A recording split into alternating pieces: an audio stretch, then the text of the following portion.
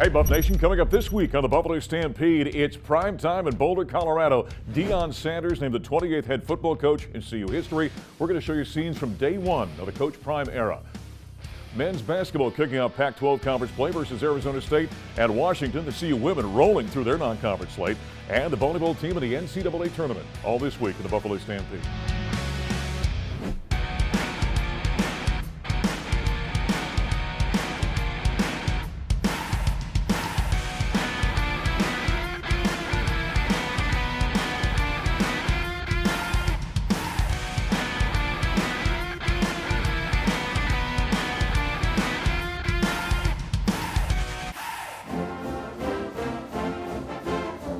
We were down in Jackson about a month ago, and there was speculation because of the success that he's had that there might be opportunities for him down the road, whether it was going to come out this year or maybe next year. It's not shocking at all because of what he's been able to do, the energy that he brings, the way he's able to put his staff together. And a lot of people are curious to see if Deion's going to take this job and become the guy at Boulder and get them back on the map. I think we all applaud it, look forward to it, and hope it really happens. Is this the right landing spot for Sanders? Is Colorado an elite enough job for him? Absolutely. It's a Power 5 school. They got nice facilities. So when you start to look at it, this is a perfect situation. Because here's why. Prime can recruit. He can get me to hang out in Colorado for sure. There's no question about that. He can recruit California, Texas, Arizona, Florida. He can get the best players in Colorado to stay in Colorado because I want to see this program get back to where it used to be under McCarthy where they were winning championships. Oh, the build-up to the prime era at the University of Colorado. Deion Sanders, the 28th coach in Colorado football history. Hi, everybody. Voice of the Boss, Mark Johnson here. Welcome into the Buffalo Stampede. There was so much anticipation building up to it, and finally, a guy who's really considered one of the great athletes in American history over the last 50 years has become a great coach, as he showed us at Jackson State, and now he takes over the Colorado football program. Big news across Buff Nation, had everybody buzzing, and we were there to show you sights and sounds of day one of the Coach Prime era. Presented by Coors Light. Coors Light, mountain cold refreshment made to chill. Celebrate responsibly. It's official at the University of Colorado Boulder. We're ready for prime time. What do you say? Yeah! It's prime time! I think we all know it's been a real challenging year for our football program, including our fans, alums, our staff. But today's a new day. This is when we focus on what's ahead and the bright future that's ahead of us, and coming together for a common purpose, and that's to bring this program back to national prominence. That's what we have to do. It starts today. Everybody said, let's go all in. It's time to go all in. Coach Prime's first home game is against Nebraska, and we're going to give him a Colorado Buffalo welcome with black and gold. He knows what he wants and what his expectations are, a man of character, integrity. And so let me introduce our 28th coach in Colorado history, Coach Prime. Wow, Colorado, you showed up and you showed out. This is unbelievable, and this is my job and my occupation and my business and my dream to bring you back to where you know you should belong. We're going to have one of the best coaching staffs assembled, kids that we're recruiting, and commitments already coming on the way as I speak. And now that I've gotten here and I see it, and I understand it, Rick, and I can grasp it, and I can touch it, and I can feel it, and I can taste it, I truly understand what you want. All you want is an opportunity to win, to be amongst the elite, to be amongst the best. And darn it, I'm gonna give you that. We're gonna outwork them, we're gonna out-recruit them, we're gonna out-scout them, we're gonna out-develop, not to compete, but to win. Not to show up, but to show out. Not to be among the rest, but to be the absolute best. We're coming to work, we're not coming to play. We're coming to kill, not to kick it. Baby, I got to believe that we're coming. You got to feel that energy inside of you that we're coming, don't you? You got to feel it that we're going to be there. You got to feel it when you get in that stadium. You better get in there early because time to kick off consumes. Baby, we're coming. Do you understand it? Do you feel that? Do you understand the intensity, the excitement, the adrenaline, the rush that I got right now that I can't wait till this thing kicks off because we are coming. Boulder, Colorado, you have no idea what you've blessed me with, the opportunity that you've given me, and I feel like I owe you. So every day I'm going to work for you. I'm going to strain for you. I'm going to develop for you. I'm going to commit for you. I'm going to do the things that others wouldn't do. Baby, we're coming. Kids, they want exposure. They want to be on television. They want the lights and the action. But they got to understand the same thing that causes you to shine will show your blemishes as well. So we're going to give them that. We're going to give them the followers. We're going to give them the attention. We're going to give them the love. We're going to give them the support. And we need each and every one of you. Because the caliber of players that we're getting ready to bring to you, they're going to want something. But guess what? I'm going to want something back. And I can't wait to see you amongst town and just shake your hand and look in your eye and tell you how much I thank you for giving me this opportunity. This is a dream. This is a blessing. And we've only just begun. Well, I'm not sure Folsom Field is big enough to hold that personality, but how about the excitement of Deion Sanders becoming the new head coach of the Colorado Buffaloes? You think about where this program has been really the last 20 years, and now this guy comes in, lights his place on fire, brings all sorts of excitement, and think about the coaching job he has done. Not only was he a great athlete, Hall of Famer, College Hall of Famer, Pro Football Hall of Famer, played 9 years in the major leagues, then became a very good college football coach. Over 3 years at Jackson State, went 27-5, winning the SWAC championship each of the last 2 years. Now he brings all of that national appeal, all that charisma, all that energy to the University of Colorado. Big things ahead for the Buffaloes. By the way, you may want to make that phone call. Get those season tickets. 303-49-BUFFS. Go to CUBuffs.com/tickets. They're going to be hard to come by. And think of this. The first home game for Deion Sanders as the head coach of the Buffaloes versus the Nebraska Cornhuskers next September. Going to be a big, big season for Colorado football. Coming up next, we're talking men's basketball opening up Pac-12 conference play. That comes up after a quick break. High the right side to Silva, pulls up for three, fires right between the eyes from downtown. Out to the foul line. Jump pass, left side, wide open, Cabot on for three. Right between the eyes from downtown. Stole another turnover. There's the alley-oop above the rim, and it's throttled away by double team. Dribbles out of that. Plays it up top. KJ open, fires a three. Right between the eyes from the screen to the foul line. Gives it a backdoor cut. Luke Bland reverse slam. Up and good. It was such a tough loss for the Colorado Buffaloes as they fall in their Pac-12 conference opener at Arizona State at the Event Center. Back in the Stampede, voice of the Buffs, Mark Johnson. Because of the 20-game slate now in Pac-12 conference play, 2 games, kind of odd games, are scheduled in the month of December. And the Buffs opened up against the Arizona State Sun Devils, who are off to a great start. But Colorado's inconsistency once again reared its ugly head. Defensive issues on occasion, turnovers were a problem against Arizona State. And of course, they had a defensive breakdown late in the ballgame, giving up that late 3, which was the game winner for the Sun Devils. And afterward, we heard from head coach Tad Boyle. Powered by Ford. Cars, trucks, and SUVs built for America. Built Ford proud. Yeah, this one stings. Obviously, I mean, we played well enough to win this game, but we didn't down the stretch. We did in the second half. I felt like it should have been like a 20-point game minimum at halftime, but it wasn't. And this team, we continually talk about a lot of the same things: not finishing, turning the ball over, not handling pressure. It's been a common theme with this group. I thought we lost this game right out of the chute in the second half. Our guys that were starting that second half were not ready to play. They were like running in mud, and we did not come. We talked about winning the first 4 minutes. We talked about winning the second half. I mean, it wasn't, neither one of those were close. So disappointing loss, probably top 5 disappointing losses in my 13 years at Colorado. I don't have them ranked, but I can't think of 4 that sting more than this one. I can tell you that. Well, that was head coach Tad Boyle after the Buffaloes lost their Pac-12 opener to Arizona State at home. Then Colorado had to go on the road to Seattle. In fact, we come to you from the Seattle airport right now, where the Buffaloes dropped their second game of Pac-12 conference play by 10 points, 73-63 to the Washington Huskies. Similar issues again for this basketball team that continues to deal with inconsistencies. Defense in the second half not great. In fact, Washington ended up shooting 50% for the ball game, and turnovers are the issue. Through 2 games of Pac-12 conference play, the Buffaloes averaging about 19 turnovers per ball game. Anyway, they end up with a 10-point loss to the Huskies. And now get ready for Colorado State coming to town. They'll take on the rival Rams on Thursday night at 7 o'clock at the CU Event Center. Coming up next, we're going to talk women's basketball. Boy, J.R. Payne and the women continue to roll. That's after a break.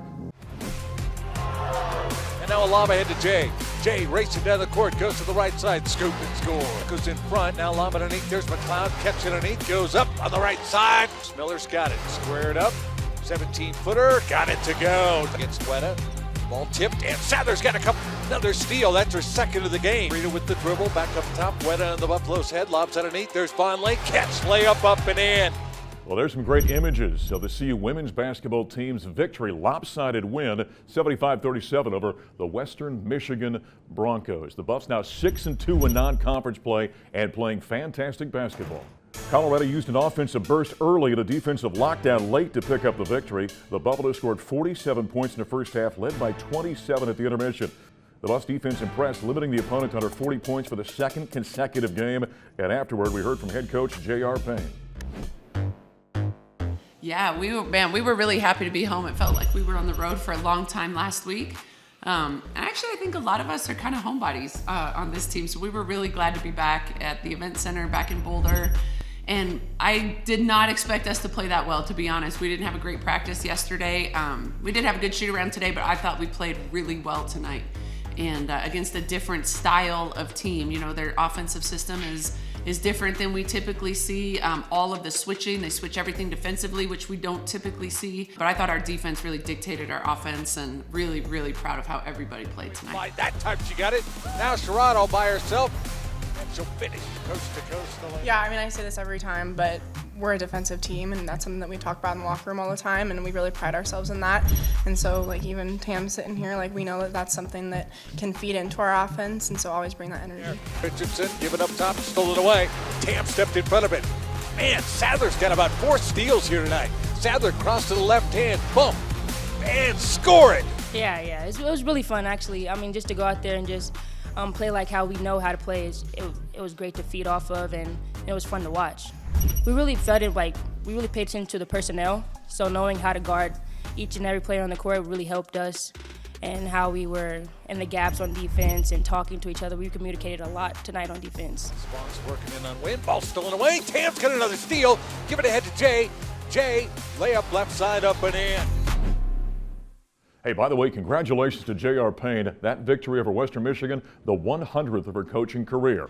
So the Buffalo women move on from a game against the Broncos to a game against the Broncos. This time, they head to Boise State, and they roll once again over the Broncos, this time 71-48, leading by as many as 31 points in the contest. Fifth-year senior Tayana Jones led the way for Colorado. She finished just shy of her first career double-double with 14 points and 9 rebounds. Senior Quay Miller put in 13 points to go along with 8 rebounds, and Aronette Vonleh along with Jalen Sherrod closed the day with 12 points apiece. So now the Buffaloes are 7-2 and getting ready for a home game coming up Wednesday. They'll take on Southern Utah in Boulder. Coming up next in the Stampede, NCAA volleyball for the Buffaloes.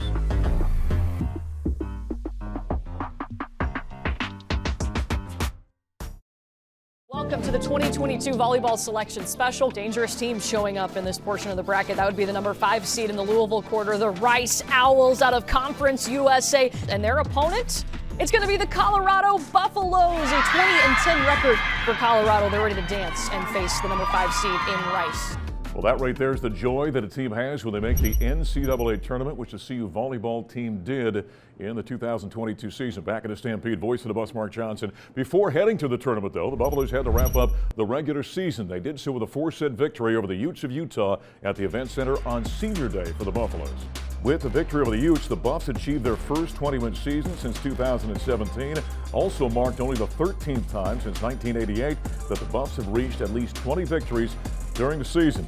For more on Colorado volleyball, putting a wrap on the regular campaign, let's check in with Sterling Parker and This Week in Colorado Volleyball. Hi everyone, welcome to another episode of This Week in Colorado Volleyball. I'm Sterling Parker, and these are our special guests, Kelly Lavaggi and Brenna DeLuzio.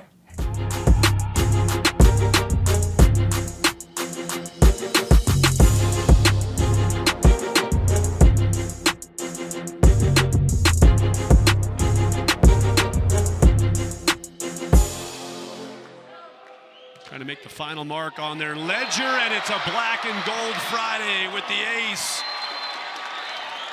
So this past Friday was our senior day game versus Utah. We pulled out a great win against them.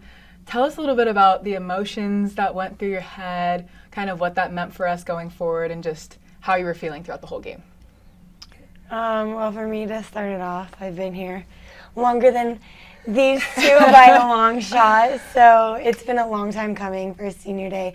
Obviously, a lot of our teammates' voices are gone because it was just an emotional day and a great game. We were all screaming, and it was just one of the most high energy games we've played in a really long time. And I think we really just left it on the court knowing that we had something to prove for the tournament, and there's no greater feeling than going into the selection show knowing we did everything we possibly could.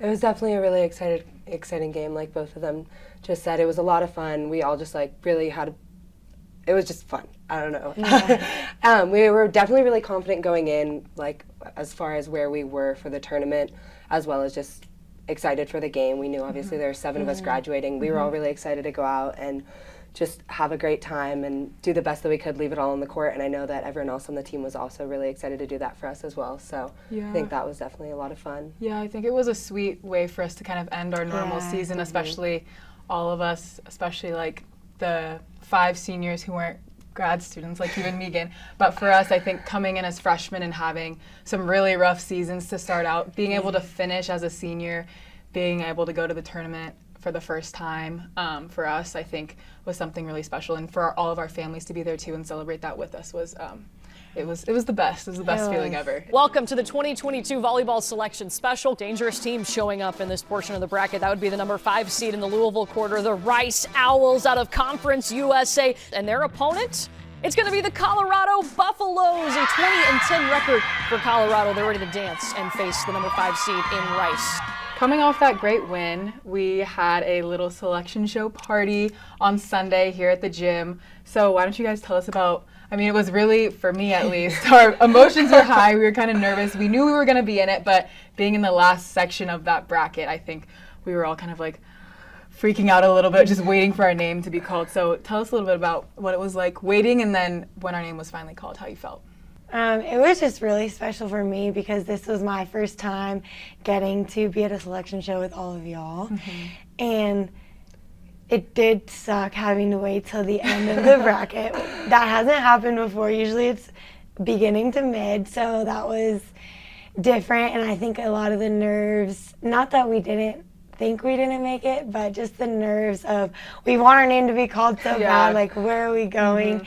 And then once we saw the bracket of those Texas schools, I think we all kind of just knew that our name was going, so we were just ready. And once we saw Colorado, it was awesome. Especially it being our first selection show for so many of us. I wasn't expecting to be nearly as nervous as we were in that gym. I mean, we were very confident. We knew our name was going to get called, but as it started to get later and later, we were all sitting there and kind of joking around to be like, guys, like, this could be us. This could be us. I think it's us. And so it just kept going. And then obviously hearing our name called was really, really exciting. And being able to do it with all of our best friends is just so much fun. So as Brenna mentioned, she is one of 2 people on the team who have been to the tournament before, but she's the only person who's been into the tournament with Colorado. So, Brenna, why don't you tell us a little bit about the first time you went and how that was? Well, the first time was my freshman year, and it was kind of similar to the season we're having now, just with, our 20-win season and how we were feeling good about the tournament being kind of like we're in moment. And we ended up going to Baylor my freshman year, which is funny because we're going to Baylor again.